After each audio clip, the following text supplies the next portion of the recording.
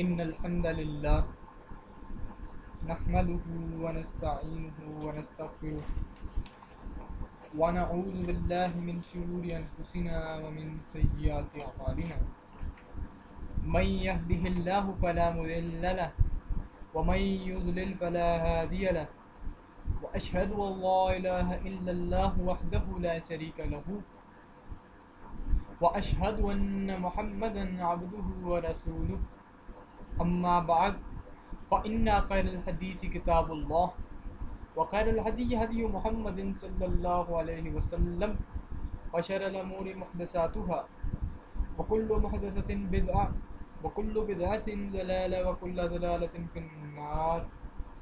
بسم الله الرحمن الرحيم. رب اشرح لي صدري ويسر لي أمري واحلل عقدة من لساني يفقهوا قولي. تمام قسم کی تعریفات کبریائی برائی بزرگی اللہ وحدہ لا شریک کی ذات گرامی کے لیے خاص. ان گنت طلا تعداد درود و سلام امام الانبیاء سید الانبیاء جناب محمد الرسول اللہ صلی اللہ علیہ وسلم کی ذات گرامی پہ، جس ذات کو ہمارے لیے اسوہ حسنہ بنا کے بھیجا گیا.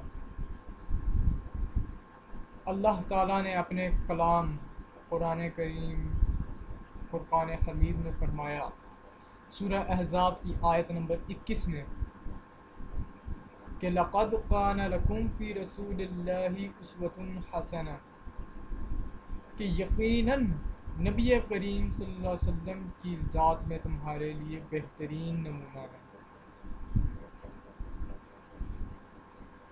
سامعین کرام، آج کا دور فتنوں کا دور ہے، اور ہمارے ملک اور ملک سمیت تمام دنیا میں بہت سے فتنے مختلف شکلوں میں موجود ہیں، اور چاروں طرف مسلمان مار کھا رہے ہیں. اس کی وجہ یہی ہے کہ ہم نے نبی کریم علیہ الصلوۃ والسلام کے اسوہ حسنہ کو چھوڑ کر غیروں کو اسوہ حسنہ کو اپنا لیا. ہم نے اپنوں کو چھوڑ کر دوسروں کو دوست بنا لیا. ہم نے قرآن و حدیث سے دوری اختیار کر لی. نتیجہ کیا نکلا؟ ذلت و رسوائی. ہم نے وہ کام چھوڑ دیا جس کے لیے اللہ تعالیٰ نے ہمیں بھیجا، اور فرمایا کنتم خیر امۃ اخرجت للناس، تمہیں مسلمانوں تمہیں بہترین امت بنا کر بھیجا گیا. اخرجت للناس، نکالا گیا، چنا گیا. تأمرون بالمعروف وتنہون عن المنکر وتؤمنون باللہ، تاکہ تم نیکی کا حکم دو اور برائی سے روکو اور اللہ پر ایمان رکھو.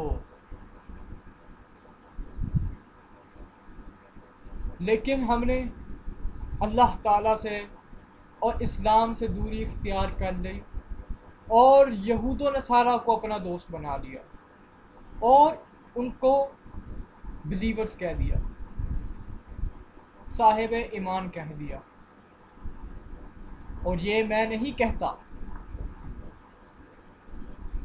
یہ بریلوی مکتبہ فکر کے نام نہاد شیخ الاسلام ڈاکٹر محمد طاہر القادری صاحب کا کہنا ہے. یہ ان کا قول ہے، اور میں یہاں پہ محض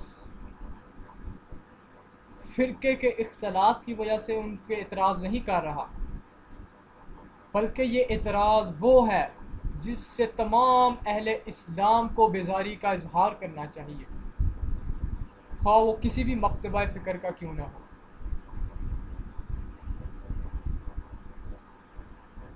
اگر میں چاہوں تو قرآن کی بہت سے دلائل سے یہ بات ثابت کر دوں کہ یہ بات طاہر القادری صاحب کی یہ بات بالکل غلط ہے، اور انہوں نے غلط مسئلہ اخذ کیا ہے قرآن و حدیث سے.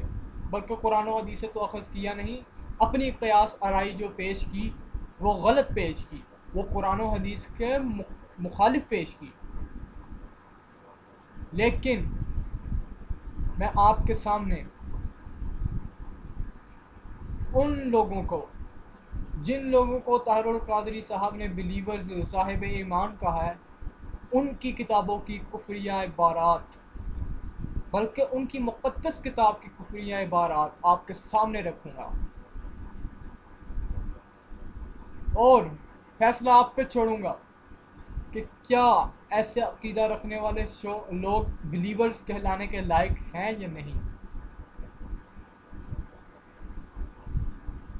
میں انشاءاللہ آپ کے سامنے پہلے بیان کروں گا، اپنا آپ کے سامنے تعارف رکھوں گا یہود و نصارہ کی مقدس کتاب کا، جس کو عام الفاظ میں بائبل کہا جاتا ہے، جو تورات، زبور اور انجیل ان تینوں کا مجموعہ ہے بیسیکلی۔ بنیادی طور پہ بائبل دو حصوں میں تقسیم ہے، عہد نامہ قدیم اور عہد نامہ جدید۔ عہد نامہ قدیم کو یہودی بھی مانتے ہیں، جبکہ عہد نامہ جدید اور قدیم دونوں کو نصرانی یعنی عیسائی مانتے ہیں۔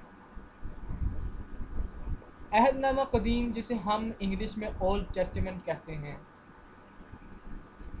اس کے اندر 27 کتابیں موجود ہیں، اور عہد نامہ جدید جسے ہم نیو ٹیسٹیمنٹ کہتے ہیں، اس کے اندر 46 کتابیں موجود ہیں۔ تو اس طرح یہ ٹوٹل کتابیں 73 بکس بنی، جس کو ملا کے ایک بائبل بنتی ہے۔ جہاں تک 73 بکس کا تعلق ہے تو ان کو کیتھولک فرقے مانتا ہے، اور پروٹسٹنٹ فرقہ عہد نامہ قدیم میں سے، اولڈ ٹیسٹیمنٹ میں سے 7 کتابوں کو نہیں مانتا، تو وہ 66 بکس کو مانتا ہے۔ تو اس کو عیسائی مانتے ہیں، اور عہد نامہ قدیم کو یہودی بھی مانتے ہیں۔ تو آئیے میں سب سے پہلے تصور خدا بتاتا ہوں بائبل سے، اور میں آپ کے سامنے عہد نامہ قدیم کی کتاب پیدائش، جس کو ہم انگلش میں جینیسس کہتے ہیں، اس کے چیپٹر 2 باب نمبر 2 ورس نمبر 2 آیت نمبر 2 کے اندر یہ بات لکھی ہے کہ جب اللہ تعالیٰ نے 6 دنوں میں آسمان و زمین بنائے تو 7ویں دن آرام کیا۔ تو اب آپ دیکھ سکتے ہیں کہ یہاں پہ اللہ تعالیٰ کی صفات کا کس طرح یہود و نصارہ کی کتاب مقدس نے انکار کیا ہے۔ اب میں آپ سے سوال پوچھنا چاہتا ہوں کہ کیا ایسے شخص کو، یا ایسی کتابوں، ایسے گروہ کو اور ایسی کتاب کو یہ کہا جا سکتا ہے کہ یہ صاحب ایمان کی کتاب ہے؟ کیا ایسے گروہ کو صاحب ایمان کہا جا سکتا ہے، جس طرح کے نام نہاد شیخ الاسلام ڈاکٹر محمد طاہر القادری صاحب بیان کرتے ہیں؟ فیصلہ آپ پہ ہے۔ اسی طرح اسی کتاب پیدائش، اس کے باب نمبر 32 آیات 24 تا 30 کے اندر یہ بات لکھی ہے کہ اللہ تعالیٰ یعنی خدا انسانی روپ میں آیا۔ اللہ تعالیٰ یا خدا کا انسانی روپ میں آنا اینتھرومورفزم کہلاتا ہے۔ یہ ایک تھیری ہے، ایک نظریہ ہے، جس کو اسلام کے علاوہ باقی تمام کے تمام مذاہب مانتے ہیں۔ اسلام اس کی نفی کرتا ہے، اور یہاں پہ لکھا ہے کہ جب اللہ تعالیٰ انسانی روپ میں آیا تو اس نے یعقوب علیہ السلام سے کشتی کی، اور غالب آنے سے عاجز ہوا۔ پھر یعقوب علیہ السلام نے کہا جب تک تم ہمیں برکت نہیں دیں گے تب تک میں تجھے نہیں جانے دوں گا۔ اللہ تعالیٰ کہہ رہا مجھے جانے دو، تو وہ کہہ رہے ہیں